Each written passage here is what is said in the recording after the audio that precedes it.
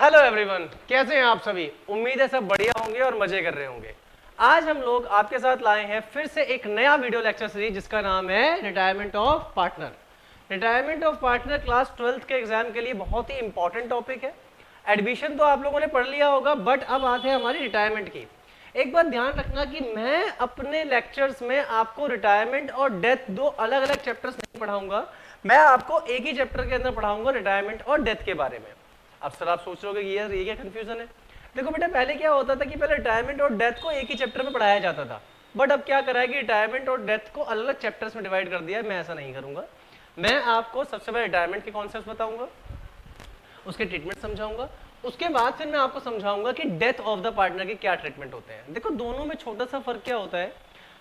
जब कोई person retire होता है तो वो एक प्लान्ड एक्शन होता है, वो सब कुछ प्लानिंग कर लेता है कि मुझे कब रिटायरमेंट लेनी है, कैसे लेनी है। और बेसिकली एज यूजुअल अगर देखा जाए तो रिटायरमेंट होती है साल के एंड में 31 मार्च को। तो इसीलिए वहां की अकाउंटिंग ट्रीटमेंट साल के एंड होने के अकॉर्डिंग की जाती है। बट डेथ तो किसी की प्लान नहीं होती, किसी को ये नहीं पता कि किसकी डेथ कब होने वाली है, कैसे होने वाली है। तो डेथ क्योंकि एक अनफॉर्चुनेट चीज है, तो इसीलिए डेथ का ट्रीटमेंट थोड़ा सा अलग रहेगा, ज्यादा अलग नहीं रहेगा। आप ये बिल्कुल भी अपने दिमाग में परसेप्शन मत बनाना कि डेथ के लिए सब कुछ अलग पढ़ना पड़ेगा, ऐसा कुछ नहीं है। थोड़ा बहुत चेंजेस होंगे जिसको हम लेक्चर्स में कवर करेंगे। आज का लेक्चर है हमारा लेक्चर नंबर 1, जिसमें हम आपको समझाएंगे कि व्हाट इज द रिटायरमेंट, उसका मीनिंग पढ़ाएंगे, इंट्रोडक्शन पढ़ाएंगे और आपको कुछ क्वेश्चंस की प्रैक्टिस भी हम लोग कराएंगे। तो बिना टाइम वेस्ट करे स्टार्ट करते हैं आज का लेक्चर। ठीक है, हमारा टॉपिक नंबर 1 क्या है। टॉपिक नंबर 1 है introduction of retirement and death of the partner. मतलब कहने का ये है कि सबसे पहले मैं आपको रिटायरमेंट समझाऊंगा। जब हमारा रिटायरमेंट का कॉन्सेप्ट हो जाएगा पूरा, फिर हम जाएंगे डेथ के ऊपर। तो कंफ्यूजन नहीं होनी चाहिए। हमारा क्या टॉपिक है, किसी ने अगर आपसे पूछ लिया sir what is the meaning of retirement, अच्छा बुढ़ापे में रिटायरमेंट लेने की बात कर रहे हो अभी से ही। अरे बेटा रिटायरमेंट की बात करेंगे तुम्हारे साथ। ठीक है, देखो अगर हम रिटायरमेंट की एक एज यूजुअल नॉर्मल सी बात करें तो क्या होता है retirement. Retirement of partner mean when a partner leave a firm due to any of the reason.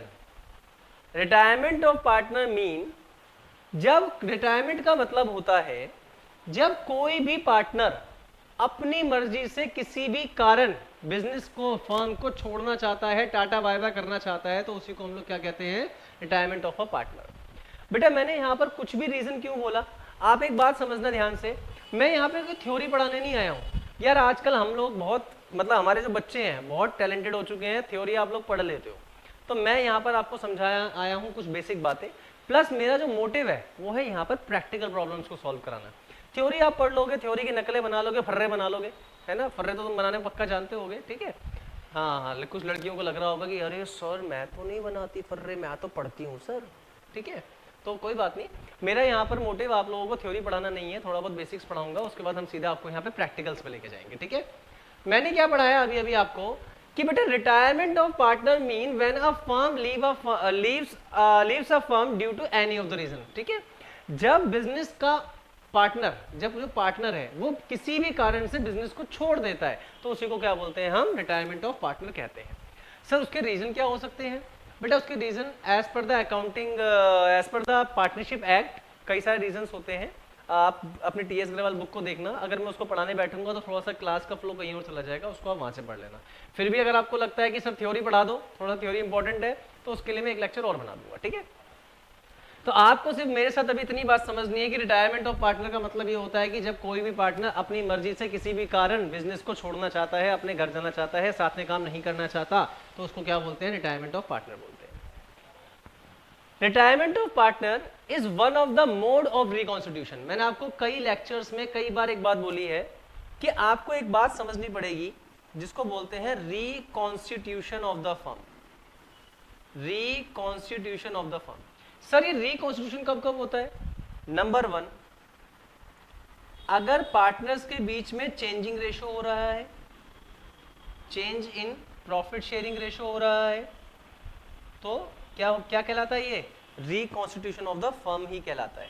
ठीक है बेटा, अगर एडमिशन ऑफ पार्टनर हुआ है तो भी ये क्या है, रिकॉन्स्टिट्यूशन ऑफ द फर्म ही है। मतलब इसमें पुराने एग्रीमेंट को खत्म कर दिया जाता है, नया एग्रीमेंट बना दिया जाता है।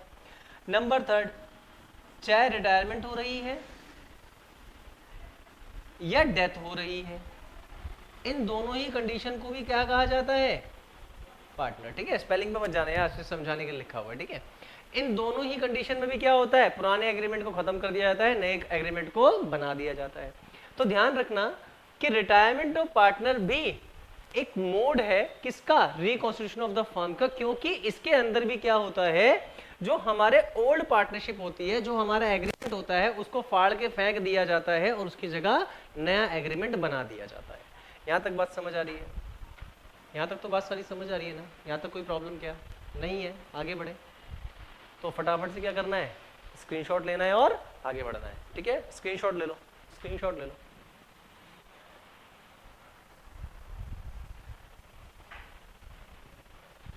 चलिए, स्क्रीनशॉट ले लिया होगा, आगे बढ़ते हैं। अब यहां पर एक बात समझाते हैं। देखो, 3 स्मार्ट सेल बंदे खड़े हैं एकदम बढ़िया से। देखो यहां पर क्या कह रहे हैं, और एक काम करें, थोड़ा सा एक काम करें, अपने इन लॉन्डो को यहां से उठा के यहां से लीजिए क्या। चलो लॉन्डो यहां आ जाओ तुम थोड़ी देर के लिए। ठीक है, अपने बंदों को यहां से ले लेते हैं। ठीक है, और इनको यहाँ बिठा देते हैं। ठीक है, अब ये बेचारे यहाँ बैठे हुए अच्छे लग रहे हैं ना, यहाँ बिल्कुल ठीक लग रहे हैं। सर क्या मतलब है, ये इन 3 लोगों को क्यों बिठा दिया आपने हमारे सर पे? सर ये बेचारे लग तो बढ़िया रहे, हमारे साथ तुमने बिठा दिए यहाँ पर। देखो बेटा, सर रिटायरमेंट के अंदर क्या कहानी थी, बात समझते हैं। देखो बात समझते हैं। जिस समय हम एडमिशन पढ़ रहे थे बेटा, जिस समय हम एडमिशन पढ़ रहे थे, तो एडमिशन में क्या था, एडमिशन में क्या था कि पहले 2 लोग काम कर रहे थे, उन्होंने किसी तीसरे सचिन को एडमिट कर लिया, इसको क्या कहलाते हैं, एडमिशन ऑफ पार्टनर कहलाते हैं। लेकिन रिटायरमेंट में क्या होता है, रिटायरमेंट में हम लोगों ने एक एग्जांपल लिया है कि सपोज करो देयर आर 3 पार्टनर्स। हमने बोल दिया कि एक सोनू है, एक संजय है, एक सचिन है। ठीक है, एक सोनू है, एक संजय है, एक सचिन है, जो अपने बिजनेस को चला रहे थे इक्वल रेशो में, 1:1:1 इसमें चला रहे थे। अब जो ये सचिन है, अब ये सचिन है, सचिन ने बोला भाई अब मुझे तुम्हारे साथ काम नहीं करना, मैं अपना अलग काम करना चाहता हूं, या मैं जाना चाहता हूं, या मैं इस पार्टनरशिप को कंटिन्यू नहीं करना चाहता, मैं जाना चाहता हूं। तो इन्होंने कहा ठीक है भाई नमस्ते। देखो कह रहा है, वो कह रहा है नमस्ते भैया, जा, हमें तेरी जरूरत नहीं है, हम चला लेंगे बिजनेस। लेकिन ये क्या बोलेगा, ये बोलेगा कि भाई ऐसे थोड़ी ना जाऊंगा, मेरा हिसाब किताब तो फाइनल कर दो तभी तो मैं जाऊंगा। तो अब आज बात समझते हैं कि बिफोर रिटायरमेंट और आफ्टर रिटायरमेंट क्या फर्क आता है, पहले इस बात को समझते हैं हम लोग। ठीक है, मैं यहाँ पे हटा देता हूँ, पहले हम बात करेंगे बिफोर रिटायरमेंट की, बिफोर रिटायरमेंट, और मेरे बच्चे हम यहाँ पे बात करेंगे आपके साथ आफ्टर रिटायरमेंट की, हम लोग बात करेंगे आफ्टर रिटायरमेंट की हम बात करेंगे। मैंने क्या बोला कि सोनू, संजय और सचिन ऑलरेडी पार्टनर्स हैं और इनका रेशो क्या है, इक्वल। इनका रेशो क्या है, इक्वल रेशो है। तो दैट मीन्स मैंने अभी यहाँ लिखा था कि इनका ओल्ड रेशो कितना है, इनका जो ऑलरेडी रेशो था वो था 1:1:1। इसका मतलब ये हुआ कि सपोज करो इनको बिजनेस में प्रॉफिट हुआ कुछ भी, 100 रुपये, 50 रुपये, 1000 रुपये, 2 लाख, 5 लाख, 10 लाख, सपोज करो इनको प्रॉफिट हुआ, एक एग्जाम्पल के लिए 120 रुपये का प्रॉफिट हुआ। तो जब इनकी रिटायरमेंट नहीं हुई थी, जब ये सचिन भी नहीं गया था, तो उस समय क्या होता होगा कि 40 रुपये मिल जाते होंगे सोनू को, 40 रुपये सोनू को मिलते होंगे, 40 रुपये ही संजय को मिलते होंगे और 40 रुपये ही सचिन को मिलते होंगे जब इनकी रिटायरमेंट नहीं हुई थी। लेकिन अब क्योंकि सचिन जो है वो जाना चाहता है, सचिन अब कह रहा है कि मैं जाना चाहता हूं, मुझे अब आप विदा करो, मुझे प्रॉफिट में भी हिस्सा नहीं चाहिए, मुझे लॉस में भी कुछ नहीं भुगतना, मैं जाना चाहता हूं। तो अब एग्जाम्पल लेते हैं, सपोज करो कि रिटायरमेंट होने के बाद भी सोनू और सचिन, सोनू और संजय, इन लोगों ने अभी भी अपने रेशो को इक्वल रखा कि भाई ठीक है इसको जाना है, जा भाई, अब जो भी बटेगा तू और मैं हाफ हाफ खाएंगे, आधा तू खा लियो आधा मैं खा लूंगा। ठीक है, और मान लेते हैं कि अभी भी इनको प्रॉफिट कितना हो रहा है, सपोज करो प्रॉफिट कितना हुआ इस बार, 20 रुपए और 120 रुपए। तो अब जब रिटायरमेंट हो गई, सचिन चला गया, तो अब 120 रुपए में किसको कितना कितना मिलेगा? सर सिंपल सी बात है, 60 रुपीज इसको मिल जाएंगे, 60 इसको मिल जाएंगे, और इसको अब कुछ भी नहीं मिलेगा क्योंकि रिटायरमेंट हो चुकी है।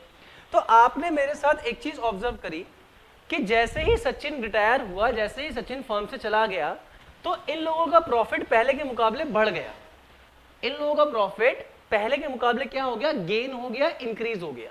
तो एक बात ध्यान रखना बेसिकली कि बेटा रिटायरमेंट के टाइम पर जब रिटायरमेंट होती है तो आपको दो बात पढ़नी होती है। एक पढ़ना होता है calculation of the new profit sharing ratio, new profit ratio पढ़ना पड़ता है, आपको समझना पड़ता है, और साथ ही साथ आपको समझना पड़ता है गेनिंग रेशो के बारे में। क्या पढ़ना पड़ता है, गेनिंग। सर क्या मतलब गेनिंग का, क्या मतलब? अरे गेनिंग का मतलब फायदा। आप सिंपल सी बात एक देखो कि पहले जब हमारे को 120 रुपए का प्रॉफिट होता था तो 40 रुपए आपस में बढ़ते थे। लेकिन जब सचिन चला गया, जब सचिन ने बोला कि भाई अब मैं जाना चाहता हूं, मैं नहीं आपके साथ काम करना चाहता, और प्रॉफिट हुआ 120 रुपए का, तो इसको कितने मिल गए, पहले के मुकाबले 40 की जगह 60 मिल गया और इसको भी 60 मिल गया। तो आपने यहाँ पर देखा इसको भी 20 रुपए का पहले के मुकाबले फायदा हुआ और इसको भी 20 रुपए का पहले के मुकाबले फायदा हुआ। और ये फायदा क्यों हुआ? क्योंकि जो पैसे पहले सचिन ले जाया करता था वो किसको मिल गए, सोनू और संजय को। तो इसका मतलब इनका गेनिंग भी आ गया। तो अभी यहाँ से हमारा एक कॉन्सेप्ट स्टार्ट होता है कि जब भी कोई पार्टनर फर्म को रिटायर करता है तो वहां पर रेशो भी चेंज होता है, और जो एग्जिस्टिंग पार्टनर्स होते हैं, मतलब कि जो ओल्ड पार्टनर्स होते हैं, इन लोगों को पहले के मुकाबले गेन भी हो रहा होता है। ठीक है, ये बात समझ लेना। अच्छा एक बात समझना, हो सकता है कुछ बच्चों के दिमाग में आए कि सर हमेशा गेन होता है। अरे बेटा ऐसा नहीं है, ठीक है। लेकिन अभी आप सिर्फ मेरी इतनी बातों को सुनोगे, क्योंकि सिंपल सी बात है, धीरे धीरे पढ़ेंगे लेकिन अच्छा पढ़ेंगे, चीज़ों को समझेंगे। अगर वन शॉट वीडियो की तरह पढ़ने लगोगे तो बहुत सारे कॉन्सेप्ट छूट जाएंगे, चीज़ें समझ नहीं आएगी। तो मेरे साथ पढ़ने के लिए आपको थोड़ा सा पेशेंस रखनी पड़ेगी। ठीक है, रखना पड़ेगा, पड़ेगी निकल गया ना मुंह से, पड़ेगा। ठीक है, तो अब हम आपको स्टार्ट करेंगे sir what is new profit ratio और व्हाट इज गेनिंग रेशो। अच्छा इसमें तो ऐसा कुछ भी लिखने के लिए नहीं है आप लोगों के पास, तो हम सीधा अगले टॉपिक की तरफ बढ़ते हैं। ठीक है, इसमें ऐसा कुछ खास नहीं है लिखने के लिए, फिर भी लिखना हो स्क्रीनशॉट ले लो।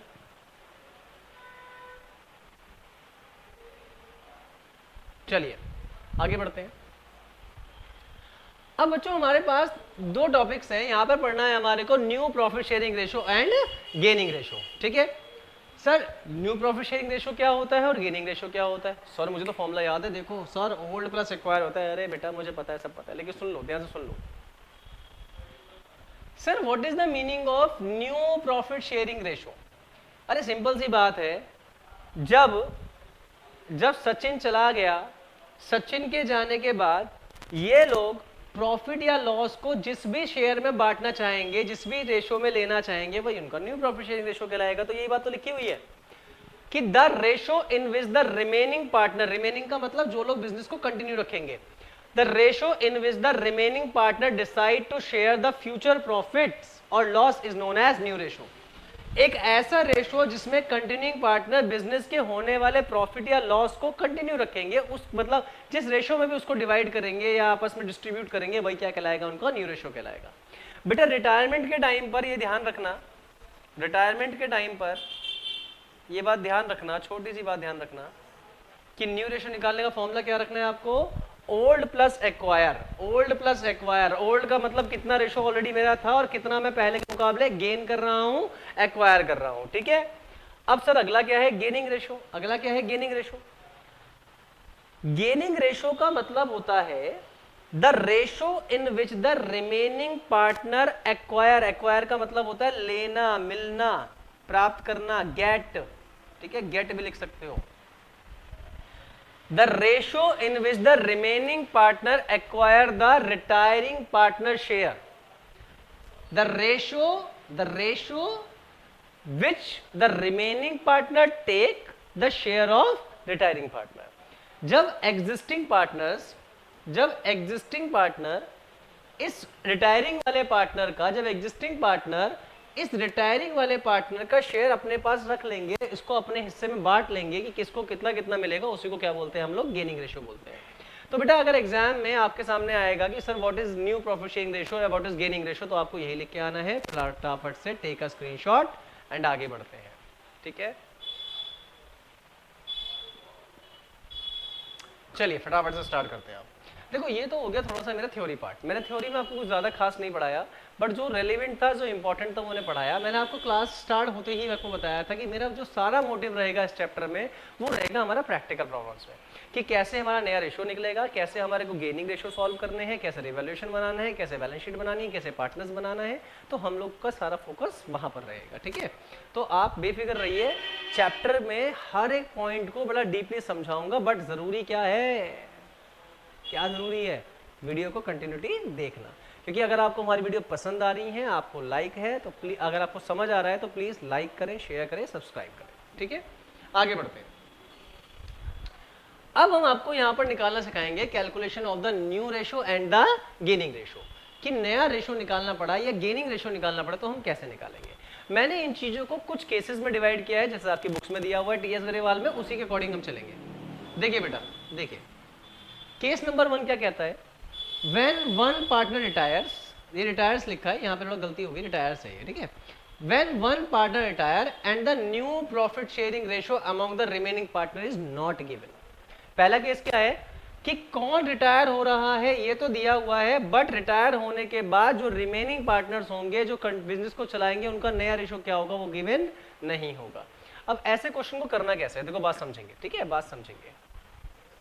सॉल्यूशन बेटा, एग्जाम में ना जो हमारी आंसर शीट होती है, जो बोर्ड के अंदर शीट मिलती है, उसके अंदर लिखना बहुत बड़ी कला होती है। तो जैसे मैं आप लोगों को सिखा रहा हूँ आप उसको वैसे ही समझेंगे। बेटा ये क्या है, ये मेरी आंसर शीट है जिसके अंदर मुझे इस आंसर को लिखना है। तो मैं कैसे लिखूंगा, देखो सबसे पहले लिखूंगा ओल्ड रेशो, तो मैं लिखूंगा एक्स वाई एंड जेड, और यहाँ लिखूंगा मैं ओल्ड रेशो। इनका ओल्ड रेशो कितना है सर, 1 मिनट मैं लिख देता हूँ पहले। कितना रेशो है, 1/2, 3/10, 1/5, 1/2, 3/10 और 1/5 इनका रेशो है, ठीक है। ये बेटा मुझे दिया हुआ है, थोड़ा सा जगह बना लेते हैं, ठीक। अब मेरे बच्चों एक चीज यहां से देखना, सभी केसेस में डिनोमिनेटर जो है अलग है। तो डिनोमिनेटर के लिए क्या करना पड़ेगा, मैं लिख देता हूं, आपको ऐसा करने की जरूरत नहीं है। आपको लेना है take a LCM, take LCM of 2, 10 और 5, 2, 10 और 5, आपको इसका एलसीएम लेना है। जब बच्चे आप इसका एलसीएम ले लोगे बेटा, तो एलसीएम लेने के बाद नीचे वैल्यू आ जाएगी 10। क्या आ जाएगा नीचे, 10। एलसीएम ले लेना बेटा अपने आप, ये आप लोगों को करना आता ही है, तो प्लीज ऐसे सॉल्व करना। आपका एलसीएम कितना आ जाएगा, 10 आपका एलसीएम आ जाएगा, ठीक है। तो प्लीज यहाँ पर अपनी कैलकुलेशन को आप अच्छा रखना, क्योंकि कैलकुलेशन का अच्छा होना बहुत जरूरी है। अब आपको क्या करना है, ध्यान से देखो, अगर मैं 2 को 10 से डिवाइड कर दूं, ये लो जी मैंने डिवाइड कर दिया, 10 से डिवाइड कर दिया, तो कितना आ गया 5, और 5 के ऊपर वाले से मल्टीप्लाई कर दूं, कितना आ जाएगा 5 1 जा 5 रेशो, 10 1 जा 10, 1 आ गया, 1 3 जा 3, ठीक है। 5 2 जा 10 एंड 2 1 जा 2। तो आप देखो अब मेरा रेशो क्या आ गया, 5/10, 3/10 और 2/10। अब आप देख पा रहे हो कि हर एक केस में मेरा डिनोमिनेटर क्या है, इक्वल है। तो आपको इस बात का ध्यान रखना है कि हमें डिनोमिनेटर को पहले इक्वल हमेशा बनाना होता है। इसका मतलब x का थोड़ी सी जगह बन जाएगी क्या, थोड़ी सी जगह बना ले क्या, थोड़ी सी जगह बना लेते हैं ना। इसका मतलब x का, y का और z का रेशो कितना है, 5:3:2, ऊपर का लिखते हैं, ठीक है। रेशो कितना है 5:3:2। तो सॉल्व करा तो ये इनका रेशो आ गया। अब रिटायर कौन हो रहा है बेटा, रिटायर हो रहा है x, रिटायर हो रहा है x। तो आप सिंपल सी बात है, x जा रहा है। अब x के जाने के बाद बचा कौन सर, y बचा और z बचा, जो कि इस बिजनेस को चलाएंगे, जो कि कंटिन्यूइंग पार्टनर है। तो आप एक बात ध्यान रखना, इन्होंने क्या पूछा है, calculate the gaining ratio of the retiring partner. जब भी ऐसा क्वेश्चन आपको दिया जाएगा, इस तरह का आपको कोई क्वेश्चन दिया जाएगा, तो आपको ज्यादा डिटेल में नहीं जाना कि सर न्यू माइनस ओल्ड करेंगे फिर हम कैलकुलेशन निकालेंगे, नहीं करना। आपका सिंपल सी बात है, एक्स वाई जेड में जब x चला गया, आप चेक करो, देखो मैंने x को हाइड कर दिया, मैं एक बार ऐसे कर देता हूँ, आपको दिख रहा होगा। जब मेरा x गायब हो गया, ठीक है, आप इसको ऐसे मान लो कि 2 मिनट में इसको हाइड कर रहा हूँ। जब मेरा x चला गया तो बचा कितना, ओनली yz। तो yz का रेशो कितना है सर, 3:2, ठीक है। तो आप एक बार ध्यान रखना, इनका न्यू रेशो भी कितना है, 3:2 ही है, और इनका गेनिंग रेशो कितना है, गेनिंग भी इनका 3:2 ही है। ये बात ध्यान रखना, सर कैसे? सर कैसे? मैंने आपको भी क्या पढ़ाया कि जब भी हमारे को ये वाला केस होगा, ये इन्फॉर्मेशन दी होगी, तो इनका नया रेशो ही गेनिंग रेशो के बराबर होता है, हमेशा ये बात ध्यान रखना, ठीक है। तो आप लोगों को ये कॉन्सेप्ट मेरे को लगता है क्वेश्चन समझ आ गया होगा। अगर 1% ये क्वेश्चन नहीं समझ आया होगा, प्लीज रिक्वेस्ट है कि आप कमेंट्स में मुझे बताना, मैं आपको और अच्छे से समझाऊंगा। तो आप लोगों को क्या करना है कि इस क्वेश्चन को करने के बाद आपके पास जो टीएस गरेवाल है, उस टीएस गरेवाल में प्रैक्टिकल प्रॉब्लम खोलो, अपने बुक के अंदर प्रैक्टिकल प्रॉब्लम्स निकालो और क्वेश्चन नंबर 1 को अपने आप ट्राई करना, आपको समझ आ जाएगा। जो भी पार्टनर रिटायर हो रहा होता है, मान लो सपोज करो एक्स की जगह वाई रिटायर हो रहा होता, वाई जा रहा होता, तो बचता कौन? एक्स और जेड। तो एक्स और जेड का नया रेशो कितना होता? 5:2। कितना होता? 5:2। मान लो सपोज करो वाई की जगह जेड जा रहा होता जी, तो एक्स और वाई का नया रेशो कितना होता? 5:3। उसका रेशो हम हटा देते हैं, ठीक है। यहाँ तक बात समझ आई? तो आपको प्रैक्टिकल प्रॉब्लम नंबर 1 अपने आप ट्राई करना है, आपको अभी कभी पता चल जाएगा कि क्या मैंने समझाया सिखाया हुआ आपको समझ आया या नहीं आया। इतना आपको आता होगा यार, है ना, इतना तो आता होगा। आगे बढ़ते हैं, आगे बढ़ते हैं। अब हम स्टार्ट करते हैं अपना क्वेश्चन नंबर 2। ये थोड़ा सा डिफरेंट क्वेश्चन है। अब यहाँ पर हम स्टेप बाय स्टेप बातों को समझेंगे, ठीक है। देखो देखो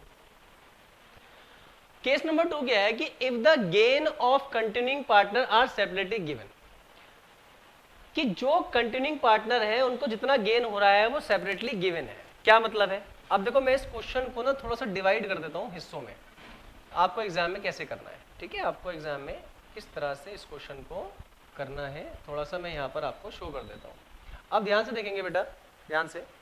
इन्होंने क्या बोला, देखो जरा ध्यान से।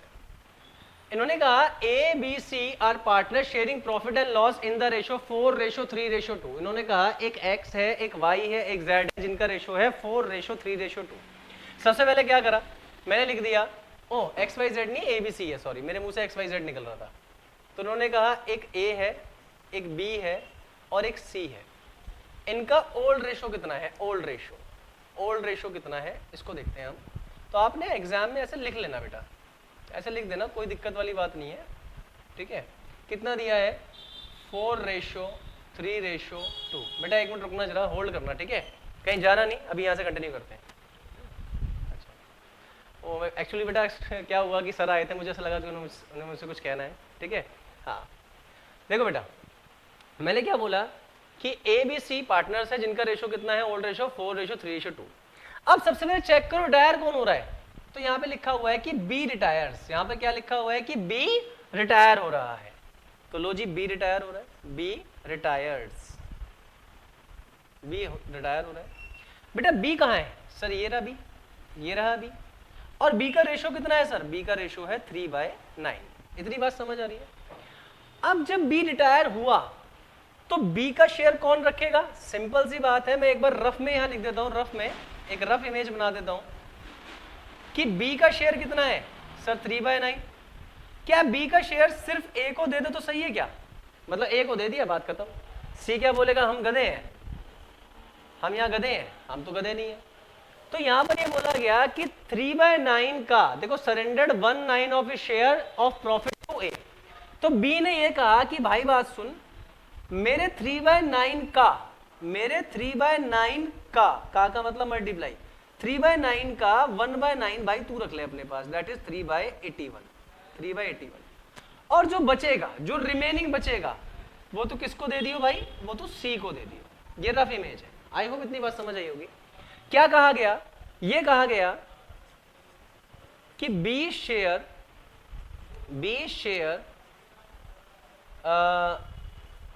सरेंडर्ड, या ऐसे लिखते हैं इसको, एक काम करते हैं इसको ऐसे लिखते हैं कि एक मिनट स्टेटमेंट लिख देते हैं बस आपको, है ना।